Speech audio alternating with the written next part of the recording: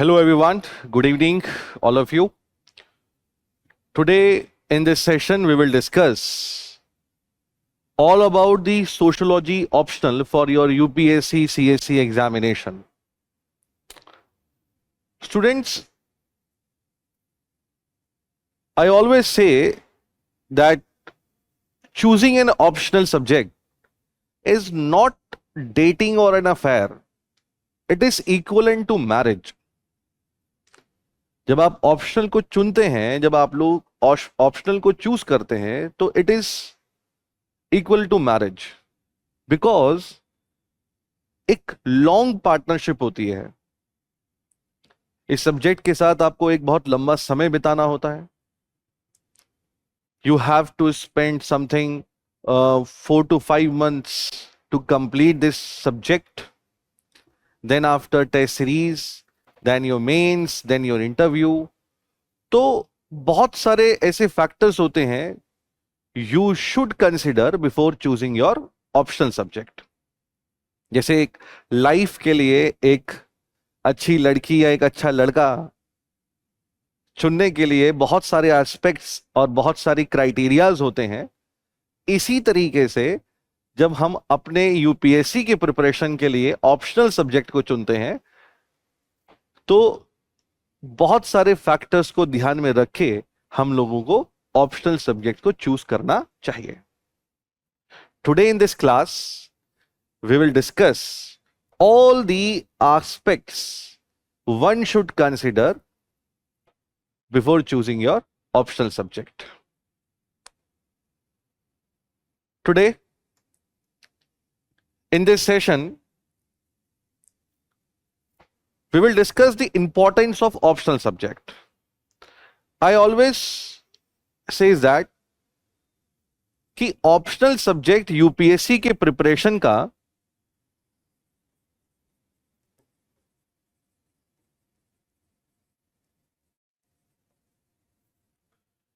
UPSC के preparation का heart and soul है। Yes, heart and soul, because I have a reason. Because अगर आप GS paper 1,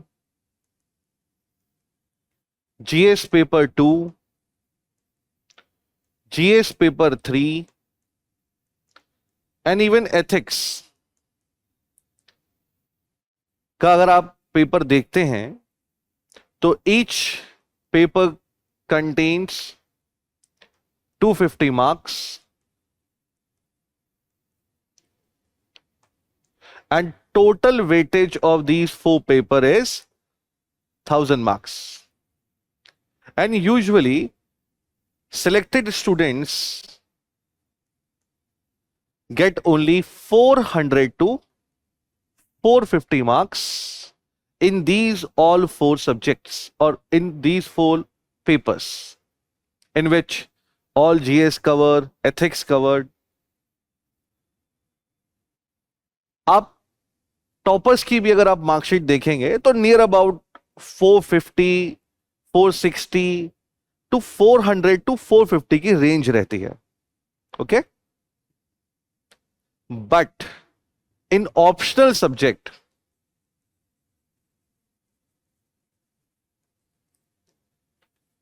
there is 2 papers, paper 1 and paper 2। Okay, paper 1 is 250 marks and paper 2 is also 250 marks. Total optional paper is of 500 marks. Okay, and usually selected students इस optional exam में, इस optional के paper में near about 300 plus marks obtain कर पाते हैं, कर सकते हैं। और आप पास्ट एक्सपीरियंसेस को अगर आप देखेंगे तो कई बच्चों ने इवन इस ईयर भी, लास्ट ईयर भी लगातार आप कई सालों से देख रहे हैं कई ऑप्शनल पेपर्स में बच्चे 300 प्लस मार्क्स ऑब्टेन कर रहे हैं, अचीव कर रहे हैं, स्पेशली इन सोशियोलॉजी। इसीलिए this subject, this optional paper will determine your selection, your rank, your cadre, and your dream job. That is IAS, or it may be IFS, or it may be IPS. Okay?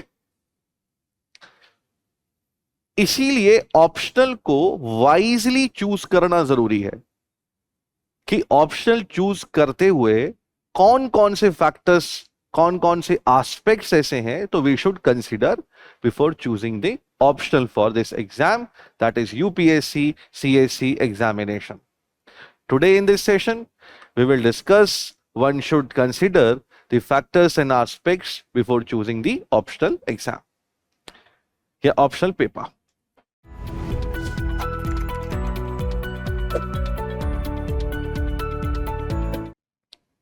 First of all, जैसे हमने कहा कि एक marriage है, और जब आप किसी से मैरिज करते हैं तो आपकी केमिस्ट्री मैच होनी बहुत जरूरी है. जब तक आपकी किसी व्यक्ति के साथ, किसी इंसान के साथ केमिस्ट्री मैच नहीं होगी, तब आप उसके साथ लाइफ टाइम कैसे बिताएंगे? Same goes with optional subject.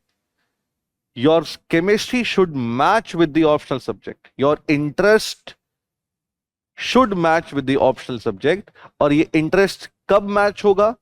जब आपके टेम्परामेंट, आपकी विचार, आपके थॉट्स किसी सब्जेक्ट के साथ, आपकी नेचर किसी सब्जेक्ट के साथ मिलेंगे.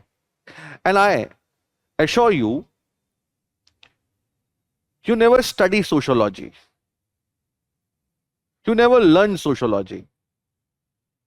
You can feel sociology, you live in sociology, because you born and brought up in society, and you usually see marriages, failed marriages, successful marriages, casteism, inequality, gender inequality, crimes against women,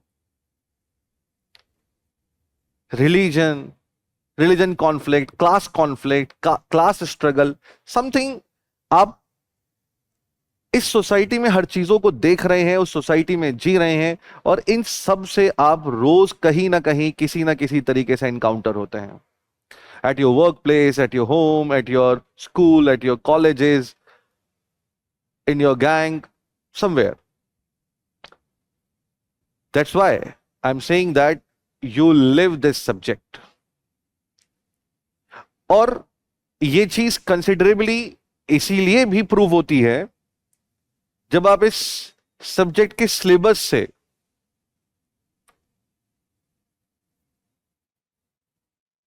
रूबरू होते हैं और कहीं ना कहीं इस subject को, इस सिलेबस को समझने की कोशिश करते हैं. बेसिकली जब हम किसी ऑप्शनल को चूज करते हैं तो सबसे आसान तरीका है किसी ऑप्शनल को चूज करने का, फर्स्ट ऑफ ऑल, कि आप उसका सिलेबस देखिए, कि आप उसका सिलेबस पढ़कर कितना समझ रहे हैं कि ये सिलेबस और ये सब्जेक्ट आपके लिए कितना इंटरेस्टिंग होगा.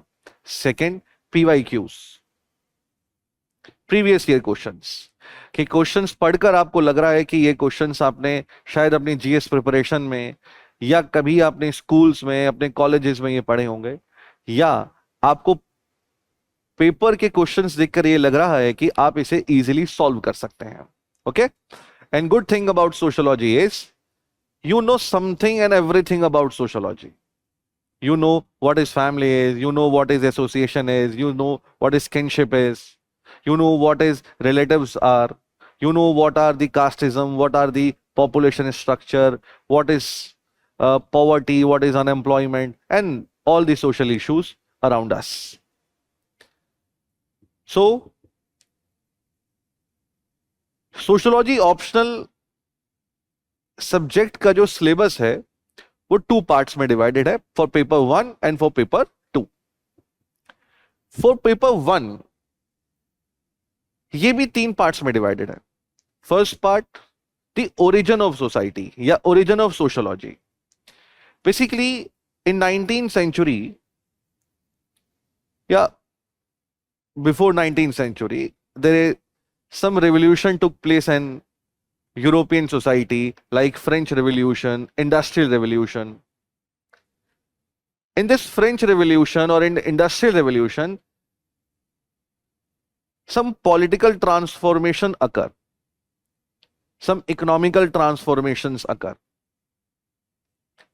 Humanity, modernity, fraternity, liberty, these thoughts occur in the society, and these thoughts affect the society structure.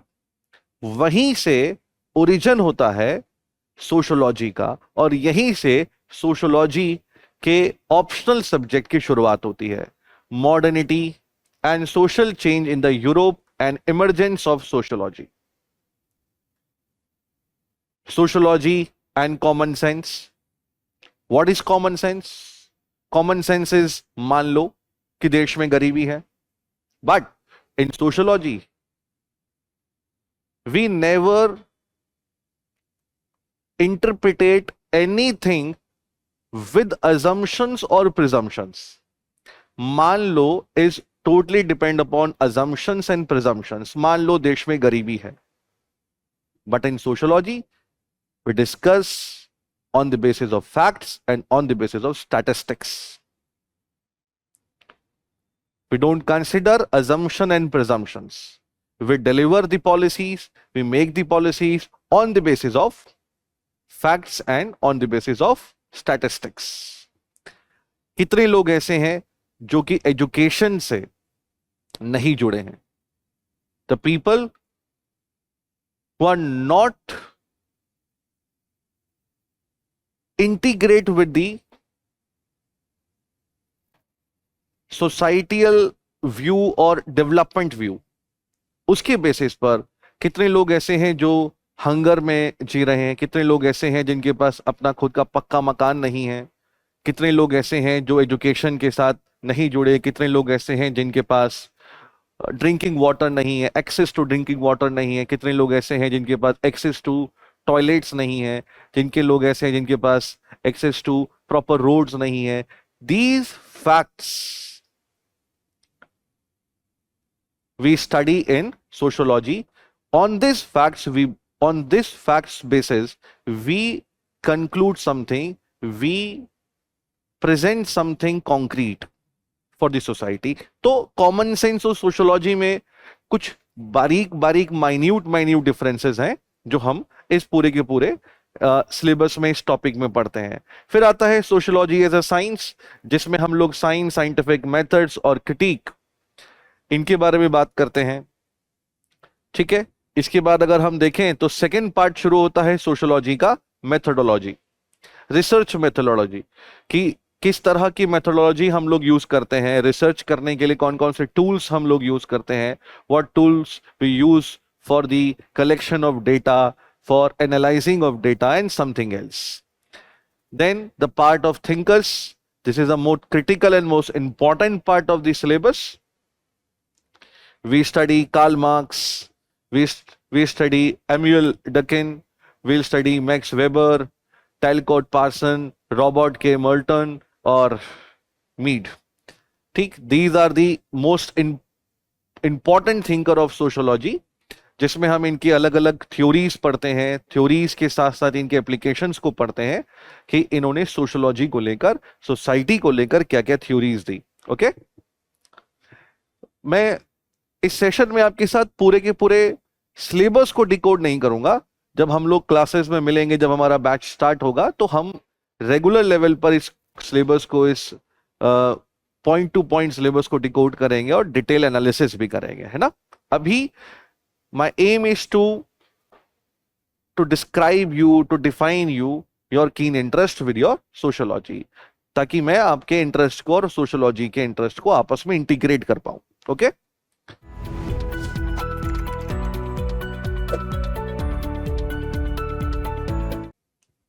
फिर स्टारिफिकेशन एंड मोबिलिटी. इसमें equality, inequality, hierarchy, poverty, like these chapters, these topics you have studied in your GS subjects. और इसमें हम लोग कई तरह के dimensions पढ़ते हैं, concrete dimensions. These topics are not dynamic, ये थियोरिटिकल है। अब कोई चीज डायनेमिक तब होगी जब आप उसे करंट के साथ इसको इंटीग्रेट करेंगे, but these are the theoretical part. Okay, then institutions come. Institutions like social organizations, industry, feudal society, informal, formal organization. Okay, power of elite, bureaucracy, pressure groups, political parties. These are the institution of the society. हम इसके अंदर पढ़ेंगे जो आपके GS paper 2 के लिए भी important है, जीएस पेपर 1 के लिए भी इंपॉर्टेंट है, and your ethics paper is also overlap here. जैसे कि ब्यूरोक्रेसी, एथिकल ब्यूरोक्रेसी क्या होती है, what are the ethical advantages of the bureaucracy, आप किस तरीके से अपने जो गवर्नेंस को एथिकल बना सकते हैं, वो सब चीजें हम लोग यहां पर इस पूरे के पूरे सिलेबस में डिकोड करेंगे जब हम इस सिलेबस को स्टार्ट करेंगे, है ना। इसके बाद अगर हम बात करते हैं सेकेंड पार्ट की, सॉरी थर्ड पार्ट की ही, जिसमें आप लोग पढ़ते हैं रिलीजन एज अ सोसाइटी। इसमें आप टाइप ऑफ रिलीजन्स पढ़ते हैं, मॉडर्न सोसाइटी पढ़ते हैं, मॉडर्न सोसाइटी में कैसे रिलीजन्स चेंज हो रहे हैं, सेकुलरिज्म कैसे रिवाइव हुआ, कैसे आया, ठीक, ये सब हम लोग यूरोपियन कॉन्टेक्स्ट में हम लोग इसको पढ़ेंगे स्टार्टिंग में।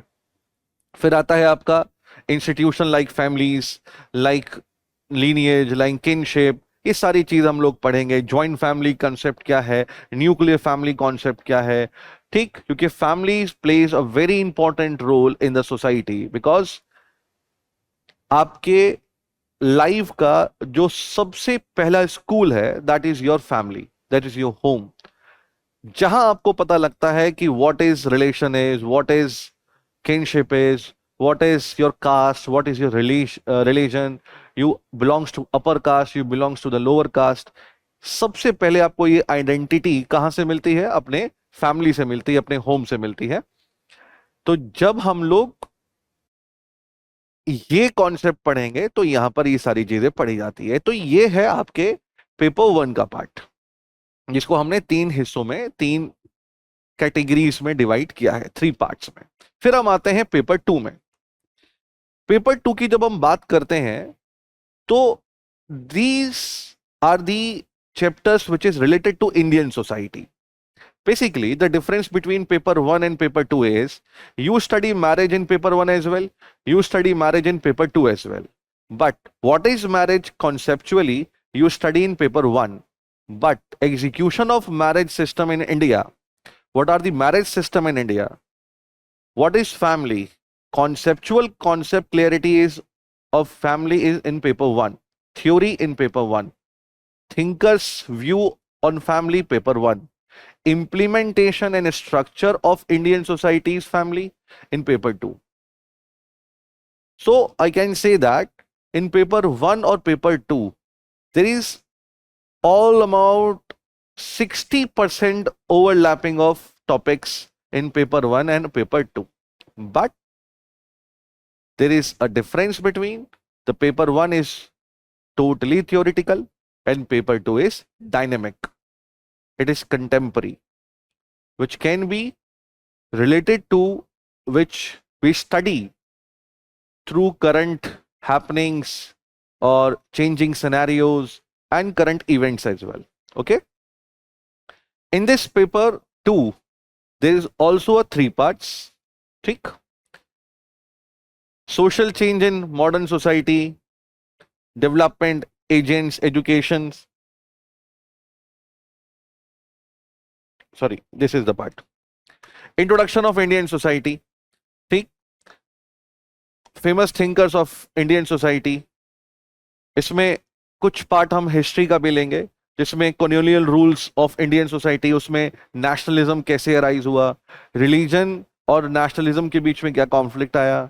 कहते हैं ना कि the true religion divides the people, the false religion it's true religion, it's unite the people, unite the states, and the false religion, it's divide the state, and the true religion is nationalism. तो किस तरीके से colonial period में nationalism rise हुआ हमारे देश की economy में, हमारे देश की सोसाइटी में, वो हम इसके अंदर पढ़ेंगे। मॉडर्नाइजेशन इन इंडियन ट्रेडिशनल्स, वो इसके अंदर हम लोग पढ़ते हैं। Then social structure, rural and agriculture social structure, village village studies, agrarian reforms, caste system, untouchabilities, tribal communities in India, then social classes, agrarian classes, industrial classes, middle classes, then again system of kinship, lineage, descent, type of kinship system, family, marriages, household, patriarchy, all the things in this syllabus is somewhere match with your upbringings basically. Like हम इस society में पले बड़े हैं, और इस society में जब हम रहते हैं तो इस सोसाइटी की चीजों को हम देखते हैं। If we belongs to the joint family, तो our thoughts, our views is like of joint family, is like something like cooperative nature. Okay, so जैसे हम लोग न्यूक्लियर फैमिली में पैदा होते हैं, तो एक न्यूक्लियर फैमिली में हम बॉर्न एंड बॉटअप होते हैं, तो उसका नेचर किसी बच्चे का अलग होता है। तो किस तरीके से हमारा नेचर चेंज होता है, कैसे आज ज्वाइंट फैमिलीज डाइल्यूट हो रही हैं, न्यूक्लियर फैमिलीज दोबारा से राइज हो रही हैं, एग्रीगेरियन इकोनॉमी धीरे धीरे धीरे धीरे कम हो रही है, अर्बनाइजेशन लगभग एक्सपैंड कर रही है, किस तरीके से ये इम्पैक्ट डाल रही है on your social life, on your personal life. ये सारी चीजें हम दोस्तों पढ़ते हैं किसके अंदर, इस सब्जेक्ट के अंदर। ठीक है, some topics like social change in India, idea development planning, mixed economy, paper 3 economy. आप इकोनॉमी के साथ इसको इंटीग्रेट कर सकते हैं। Then rural agrarian transformation, then industrialisation, urbanisation, geography and economy both, then politics and society, nation, democracy, citizenship, political party, pressure group, social, political elites। ये सारी चीजें आप पेपर 2 में, जीएस पेपर 2 में, गवर्नेंस एंड पॉलिटी में आप पढ़ते हैं। So I can say there is an integration of GS papers and optional sociology subject syllabus in this area, in this syllabus. So we can say that कि अगर आप optional की तैयारी करते हैं तो there is an overlap of syllabus of GS paper 1, GS paper 2 और GS paper 3, even ethics as well. So आपका जो पहला डाउट है, किसी भी चीज में आप जब ऑप्शनल सब्जेक्ट को चूज करते हैं कि उसमें इंटरेस्ट है या नहीं है, तो it is a interesting subject. आपका पॉइंट ऑफ व्यू चेंज होगा towards society, towards your family, towards your relationships and something. इसके बाद सेकेंड जो चीजें हम लोगों को कंसीडर करनी चाहिए, फर्स्ट इज इंटरेस्ट और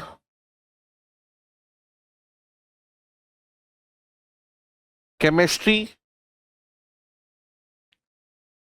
with subject. Okay, second integration with GS papers और essay पेपर्स। ओके,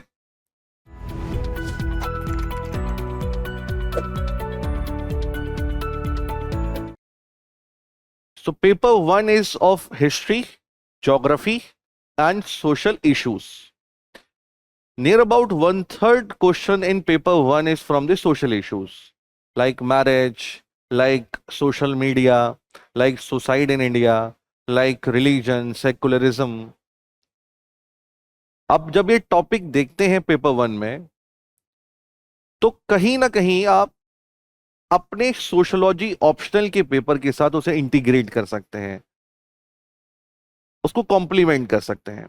जब आप किसी थिंकर को, किसी थ्योरी को पढ़ते हैं और जब आप जीएस का एग्जाम लिखेंगे, तो जीएस के एग्जाम में डायनेमिक अप्रोच के साथ साथ जब आप स्टैटिक अप्रोच को भी जोड़ेंगे, it will make your answer more better, more scorable. Okay. Then paper 2, the governance part, the polity part, social justice part, and IR part. Okay. In paper 2, there is governance, polity, social justice. And social justice, there is a topics like poverty, hunger. In governance, there is a part planning commission, Niti Ayog, policy making. Polity, you have citizenship, democracy. और आपने देखा भी कि ये words repeat हो रहे हैं syllabus में, सोशोलॉजी के ऑप्शनल में.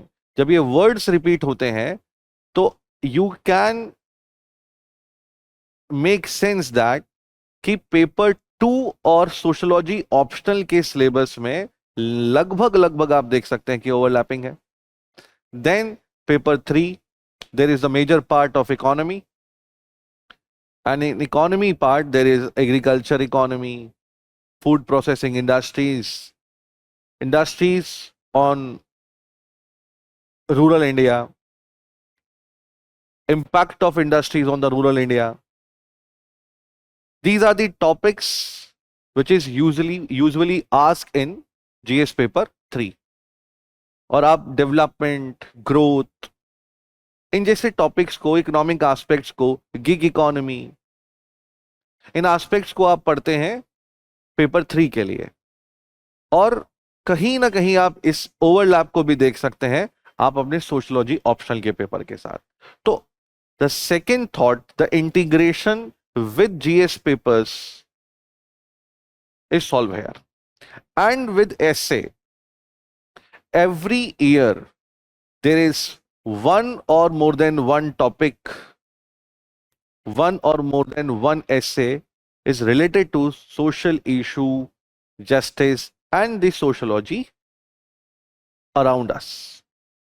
Like, I think last year there is a FOMO culture, fear of missing out because of social media.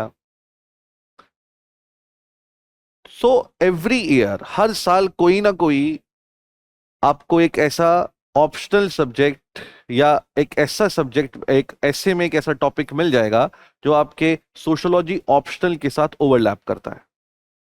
Okay.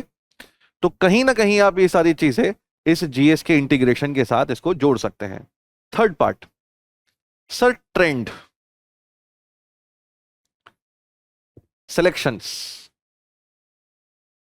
and undoubtedly I can say this कि sociology is evergreen subject for UPSC optional.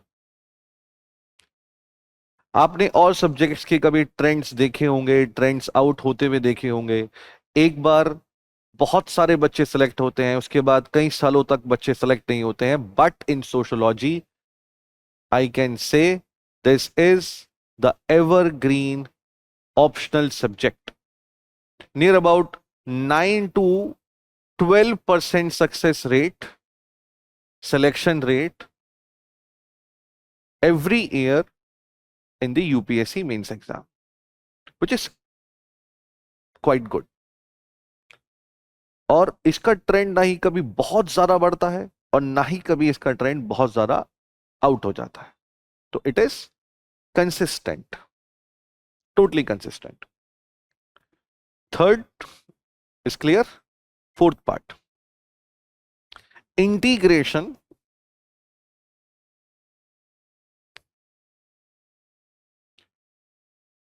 with your education background.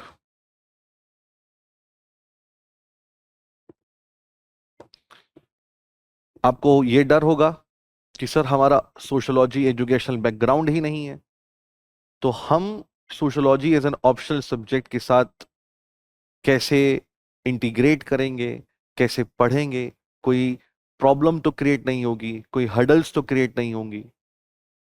Here I can say this, statistics provided by the UPSC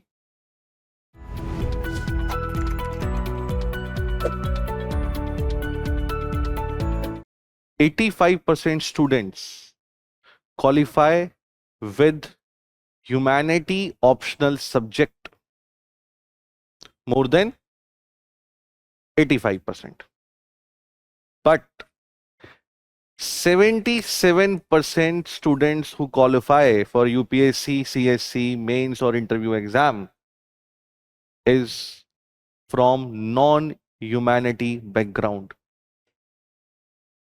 That is the most important part. अब देखिए 85% से ज्यादा students वो हैं जो humanity जो subject है उसके साथ पास हो रहे हैं, लेकिन उनका बैकग्राउंड, उनका एजुकेशन बैकग्राउंड ह्यूमैनिटी नहीं है. They are from engineering background, from medical background, from commerce background and different backgrounds. तो ये जरूरी नहीं है कि आपका अगर सोशोलॉजी एजुकेशनल बैकग्राउंड नहीं है तो आप इस सब्जेक्ट, इस ऑप्शनल सब्जेक्ट के साथ जस्टिस नहीं करेंगे. ऐसा नहीं है. जबकि एक sociology as a subject engineers को, मेडिकल साइंस में, इवन कॉरपोरेट्स में, हर जगह पर कुछ ना कुछ एक डिग्री तक पढ़ाया जाता है. और आपको इतनी कॉमन सेंस के साथ इस सब्जेक्ट को जब आप पढ़ेंगे तो आपको इतनी कॉमन सेंस होगी, इतनी सारी चीजें होंगी कि ये सब्जेक्ट आपके लिए कभी भी एक बहुत बड़ा सब्जेक्ट, बहुत डिफिकल्टी नहीं होगी लाइक अदर सब्जेक्ट्स, अगर आप ह्यूमैनिटी बैकग्राउंड से नहीं है तो. ठीक है. बेसिकली अगर हम बात करते हैं इसके बाद इस सब्जेक्ट के साथ और या ऑप्शनल सब्जेक्ट के साथ हमें और क्या चूज करना चाहिए या और सब्जेक्ट के साथ हमें और क्या देखना चाहिए. Fifth is resources. Resources like books, mentors, test series, guidance, ये सारी चीजें. ये एक ऐसा सब्जेक्ट है जिसकी बुक्स इजीली अवेलेबल है, कंटेंट इजीली अवेलेबल है, गाइडेंस इजीली अवेलेबल है, टेस्ट सीरीज दृष्टि में इजीली अवेलेबल है, बहुत अच्छा इवैल्यूएशन हम लोग करते हैं, बहुत अच्छी टीम है जो इवैल्यूएशन करती है.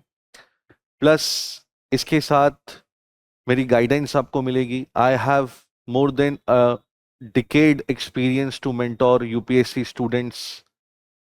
और इसके साथ हम कैसे और रिसोर्सेज जोड़ेंगे, आपको कौन कौन सी बुक्स यूज करनी होगी.